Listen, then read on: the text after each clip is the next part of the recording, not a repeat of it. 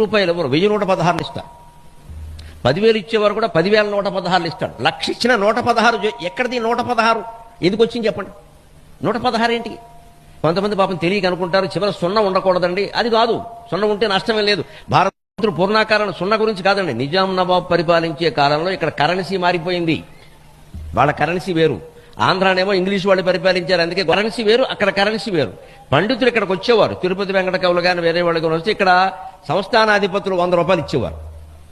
అక్కడికి వెళ్ళేసరికి అది 92, 93 అయ్యేది. ఎక్స్చేంజ్ తక్కువైపోయి 100 పూర్తయ్యేది కాదు. వీళ్ళు ఏమనుకునేవారు, మనం ఇక్కడ 100 రూపాయలు ఇస్తే ఆంధ్ర పండితులు అక్కడికి పట్టుకెళ్ళేసరికి 92, 91 అయ్యేది.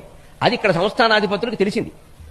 వాళ్ళు పండితులను అలా అసంతృప్తిగా మనం పంపకూడదండి, నాకు తెలియదు ఇంతకాలం ఇది, ఓ లెక్క పెట్టండి, అక్కడ మనం ఎంత ఇస్తే అక్కడ 100 అవుతుందో లెక్కెట్టమన్నారు. 116 ఇస్తే 100 అయింది. అది విషయం ఇక్కడ.